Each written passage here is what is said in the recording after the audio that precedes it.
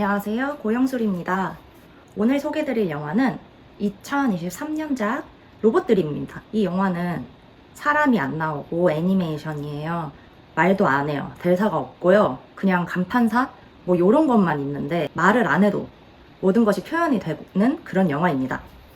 시작해 보도록 하겠습니다. 제가 임의적으로 1부, 2부, 3부로 나누어 봤어요. 그렇게 말씀을 드려볼게요. 자, 1부 시작하겠습니다. 영화 시작은 개 한 마리가 나와요. 주인공인 도그예요. 도그는 맨해튼에 살고 있어요. 혼자 그냥 아파트에서 지내면서 살고 있고, 아무래도 혼자 살다 보면은 물론 요새는 멋지게 차려 먹을 수도 있고 뭐 그렇긴 하지만 그냥 우리나라 삶처럼 냉동 피자 데워 먹고 그래요. 근데 혼자 밥 먹고 그러면은 무기력하고 재미없으니까 TV를 틀어놓고 밥을 먹습니다. 근데 그냥 그것도 지겨워. 그래서 영상만 이렇게 틀어놓고 소리는 끄고 밥을 먹고 있는 도중에 옆 아파트에서 부부의 모습을 봅니다. 그냥 둘이서 편안하게 앉아서 소파에서 오손도손 영화를 보면서 팝콘을 먹는 그런 모습을 보고 도그는 더욱 외로움이 더 느껴지게 되는데요. 이때 마침 TV 광고에서 로봇 판매하는 것을 봐요. 그래서 바로 주문을 해버립니다. 주문된 로봇이 왔어요. 도그가 받아서 약간 좀 허약 체질 같아 보이는데 둘은 그래서 로봇을 조립을 하고 악수를 시작하고 둘이 만남을 이어가게 되죠. 이때 둘이서 맨해튼 시내 이곳저곳을 돌아다니면서 추억을 쌓아요. 둘이 막 인생 네컷 같은 것도 찍고 공원도 가고 밥도 먹고 그래요. 사실 이런 게 되게 별거 아닌 것 같은데 혼자 하는 거랑 내가 좋아하는 누군가와 하는 거, 내가 편안한 상대와 하는 게 굉장히 다르고 좋잖아요. 네, 저는 그렇게 생각합니다. 그래서 둘이 그 뉴욕의 맨해튼에 엄청 큰 공원 있잖아요. 센트럴 파크. 거기 가가지고 같이 이렇게 산책하러 가서 도그가 뭐 롤러브레이드인가? 그거 꺼내가지고 춤을 추거든요. 네. 이 장면에서 되게 둘이 맞춰보지는 않았지만 모르겠어요. 그 앞전에 맞춰봤는지 모르겠지만 되게 한 몸이 된 듯이 교감을 해요. 그 Do You Remember 노래 있잖아요. 되게 유명하고 들으면 아실만한 그런 노래입니다. 네. 그래서 좀 더 라포 형성이 이 계기로 저는 좀 더 깊게 된 것 같아요. 그러고 나서 또 이제 여름이니까 해변으로 갑니다. 아, 근데 그 전에 해변으로 가는 씬에서 얘네 로봇이랑 도그가 버스를 타고 가는데 그 옆에 승용차에서 엄마는 이렇게 운전을 하고 있고 또 다른 동물 꼬맹이가 로봇이랑 비슷하게 생겼지만 딱 봐도 다른 로봇, 그러니까 우리 로봇 같은 친구죠. 뭐 입양을 해줬나 봐요, 엄마가. 근데 되게 짧은 장면인데 뭐 핑퐁 이런 걸로 로봇을 그냥 습관적으로 때리는 그런 장면이 나와요. 근데 엄마는 그냥 뭐 피곤한지 모르겠지만 무관심하게 운전을 하는 장면이 나오는데요. 어떻게 보면은 이 그 꼬맹이의 로봇이 생명으로 바꾸면 로봇이나 아니, 동생이나 애완동물이 되잖아요. 그런 자기보다 좀 더 약한 존재를 괴롭히는 그런 약간의 폭력성이 있는 아이와 무관심한 엄마를 표현한 것 같습니다. 네, 이 장면을 굳이 넣을 필요가 없잖아요. 근데 무언가를 말하고 싶었던 것 같아요, 감독은. 자, 해변으로 도착을 해서 여기서 사건의 발달이 되죠. 로봇이 신나게 노는 돼지고기가 아니라 돼지 삼형제를 보고 따라서 그냥 바다에 뛰어들어요. 우리는 기계가 물에 닿으면 망가지거나 방전된다는 걸 알잖아요. 근데 또 생각해보면 저는 이러한 당연한 지식들이 결코 당연하지는 않다고 생각합니다. 모르면 모를 수도 있는 거거든요. 네. 그래서 우리 교육받으면서 살지만 그냥 살면서 자연스럽게 알아가는 것들도 참 많잖아요. 네. 그래서 그렇게 막 신나게 해가 질 때까지 바다에서 로봇이랑 도그랑 좋은 시간을 보내고 낮잠까지 때려요. 그러고 나서 이제 해 진녘에 집 가려고 자 이제 가자 하는데 로봇이 움직이질 않아요. 뭐랄까 눈 껌뻑껌뻑 거리고 하긴 하는데 몸을 못 움직여. 작동을 제대로 못 해요. 그래서 도그는 뭐 전화도 해보려고 하고 이게 보니까 현대가 아닌 것 같아요. 핸드폰도 없고 좀 그런 나오는 노래 스타일들도 옛날 90년대 후반, 막 80년대, 90년대를 그린 영화 같습니다. 그래서 공중전화로 전화도 해보려고 하고 선은 끊어져 있고 힘으로는 로봇을 끌 수가 없고 어떻게 그래서 손 쓸 수 없던 도그는 그냥 담요만 덮어주고 집으로 돌아가요. 근데 그 담요도 그냥 날아가 버리지만 네, 근데 또 여기서 진짜 와 대사가 없어도 이렇게 표현을 할 수 있구나 했던 장면이 로봇이 누나를 요렇게 하면서 야 가도 돼, 나 괜찮아 가 이러는 장면이 있거든요. 눈알로 그거를 표현을 한 거잖아요. 근데 되게 많이 와닿고 착해서 미안하고 힘들고 그런 장면이에요. 네. 그래서 집에 도착해가지고 도구는 잠도 못 자. 어떻게 잠을 자요? 그러고 아침에 되기만을 기다렸다가 공구 들고 당장 그 로봇 소리 입문서 사가지고 택시 타고 또 다시 해변으로 가요. 또 막혀. 뉴욕이 굉장히 막히는 도시인가 봐요. 네. 근데 갔더니 막 아무도 없어. 분위기가 이상해. 보니까 폐장이 된 거죠. 해수욕장이. 완전 철문으로 락이 걸려 있는 거죠. 뭐 여름 막바지인지 초가을이었는지 모르겠지만 자 이때부터 시작이 됩니다. 여름으로 시작해서 가을, 겨울, 봄 이렇게 시간 순으로 흘러갑니다. 그래서 나름 애도 써요. 뭐 관공서에 가서 저 데리고 와야 될 게 있다, 가지고 와야 될 게 있다. 근데 거절당하고 경찰서도 가고 그래서 결국은 포기를 하고 내년 6월 1일 날 개장 날만을 기다립니다. 자, 이제 2부 시작하겠습니다. 갑자기 토끼 3마리가 나와요. 그러니까 그 로봇은 갇혀 있잖아요. 큰 해수욕장에. 근데 그 반대편은 바다지만 누구나 배, 뭐 무슨 이동 수단만 있으면 올 수 있는 상황이에요. 그래서 그 토끼 3마리가 배에 땜통이 나가지고 빨리 육지로 올라가야 되는 상황이에요. 그래서 올라갔죠. 근데 뭔가 캡틴 토끼가 좀 이상해, 의아해 보여요. 근데 그 우리 로봇을 발견을 하고 배에 있던 오일 깡통도 먹이고 그래서 활력을 주고 갑니다.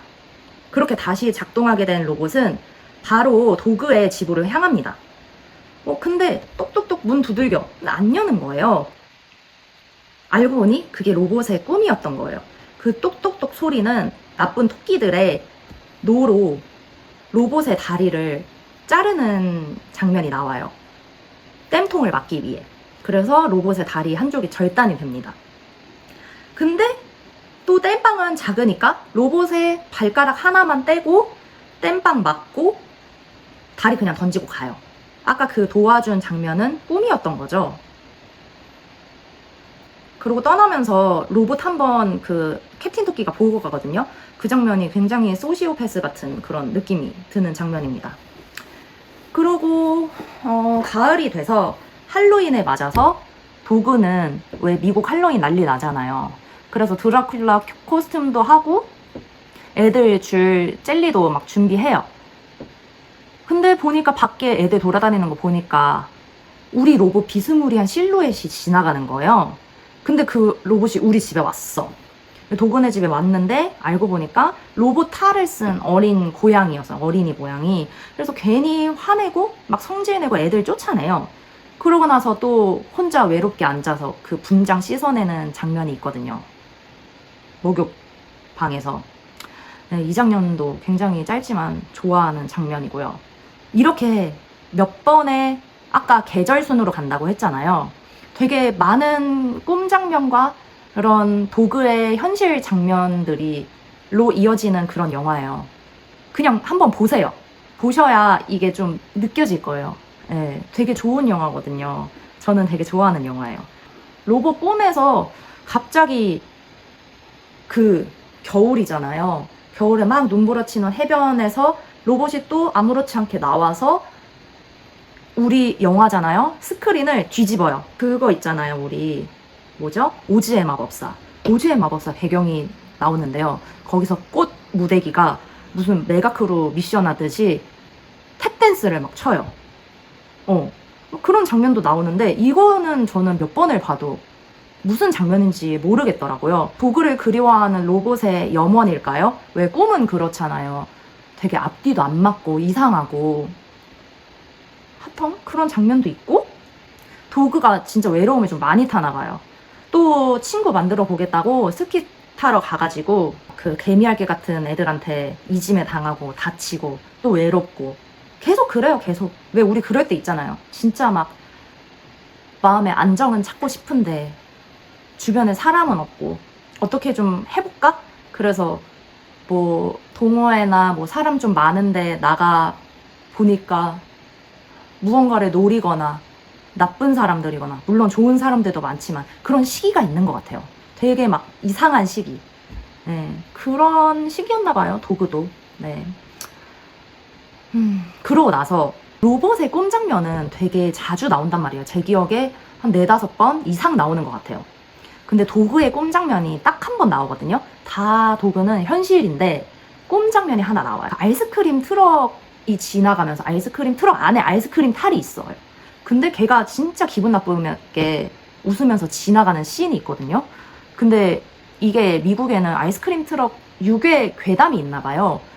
이런 것도 나오더라고요. 하여튼 되게 기분 나빠요. 이것도 한번 봐보세요. 그냥 이 영화를 쭉 보셔야 돼요. 한 번 볼 수 없어요. 굉장히 이런 꿈 꾸면 마음이 철렁하죠.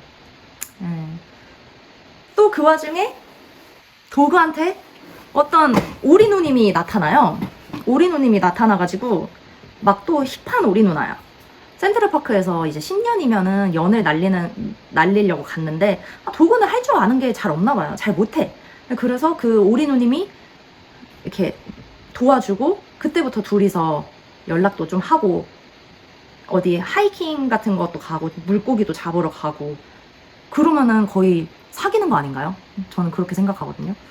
그러고 지냈는데 이 누님한테 전화를 하니까 안 받아요. 그래서 집 쪽으로도 가봐요. 그 오리누님이 소호 사나봐요. 네, 그 배경이 소호 같더라고요. 근데 없어. 그래서 다시 집으로 돌아왔는데 편지함을 보니까 이 로봇 누님은 뭐 집이 뭐 고향인지 불황자인지 모르겠는데 편지 딸랑 한 편 남기고 바르셀로나로 떠납니다. 연애 진짜 안 풀릴 때는 꼭 이렇게 스쳐가는 사람들 있잖아요. 네.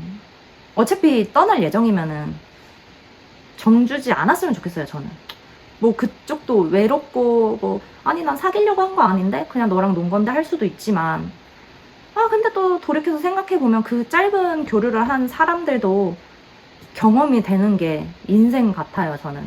네. 이제 마침내 봄이 와요. 이제 6월이 여름이니까 개장 전 한 5월쯤 돼 보여요. 어떤 원숭이가 해수욕장에 이렇게 뭔가 불법적으로 문 따고 들어가거든요. 거기서 금속 탐지기로 뭐 해수욕장에서 떨어뜨린 뭐 반지, 뭐 금시계, 목걸이 요런 걸 주워가지고 한탕 하려는 그런 원숭이인가 봐요. 그래서 금속 탐지기 띠띠띠 하다가 우리 로봇을 발견을 하게 되죠. 그래서 오 하고 이렇게 실어가지고 드디어 로봇이 세상에 나갑니다. 그 다음으로 간 곳은 어쨌든 이 원숭이는 그것을 주워서 어딘가에 팔겠죠? 고물상으로 가서 바로 팔아먹어요. 로봇을. 근데 거기 주인들이 악어 부자가 나오는데 레슬링을 좋아하나 봐요. 이때 뭐 레슬링이 유행을 했는지. 그래서 꼬맹이야. 악어 꼬맹이한테 아빠가 막 나 멋진 아빠 하면서 보여주고 싶었는지 레슬링 기술을 애 앞에서 보여주는데 그 사람 다리 잡고 붕붕 돌리는 거 있잖아요. 그거를 로봇을 이용해서 해가지고 내팽개쳐서 그 쓰레기 더미에 내팽개쳐서 깨지고 분해돼서 그렇게 됩니다. 죽었다고 볼 수 있죠. 저는 네 그렇게 생각했어요. 그래서 6월이 돼서 해수욕장으로 간 도그는 당연히 로봇을 발견하지 못하고 빈손으로 돌아오게 되는 이런 네 장면도 있습니다. 마지막으로 3부 시작하겠습니다. 이때 마지막 주인공인 라쿤 형이 또 나와요. 그 외에 우리도 부자? 갑자기 부자 아파트 나오고 막 그런 데 있잖아요. 그런 고급 아파트에서 관리직 하는 사람 같아요. 라쿤 형. 네, 근데 아파트에서 살면서 그 뭐 뚝딱뚝딱 하면서 뭐 고치고 그러는 취미 가진 그런 아저씨인 것 같아요. 네. 그 형씨가 로봇 머리를 발견을 하고 집에 가져가서 자기가 갖고 있는 카세트 테이프랑 결합을 해가지고 로봇을 다시 작동시킵니다. 부활하게 되는 거죠. 네. 그렇게 로봇은 새로운 주인이 생겨나고 로봇이랑 라쿤 형 이렇게 일하는 거 도우미로 같이 일하면서 생활을 하게 됩니다. 한편 도그는 모든 걸 다 포기했죠. 로봇 판매점에 가서 로봇이는 이렇게 머리가 동그랗거든요. 근데 네모난 새로운 로봇을 다시 데리고 오게 됩니다. 네. 1년 동안 되게 근데 도그도 바로 그냥 없으니까 사버리네? 이렇게 생각할 수도 있는데 근데 그럴 수도 있는데 도그도 1년 동안 진짜 막 고생하고 외롭고 그냥 마음 줬던 사람은 떠나고 그래서 힘들었을 것 같다는 생각이 들어요. 예. 그래서 그 네모나게 생긴 로봇이랑 도그가 다시 해수욕장에 놀러가요. 이때 도그가 성장된 모습이 보여요. 그 네모 로봇을 알뜰하게 챙기고 막 그런 오일도 뿌려주고 물에도 못 들어가게 하고 그래요. 이렇게 그냥 살다 보면서 배우게 된 거죠. 이렇게 각자 짝을 찾아서 생활하던 도그와 로봇이 마침내 마주치게 되는 장면이 나오는데요. 그 고급 아파트 산다 그러잖아요, 라쿤 형이.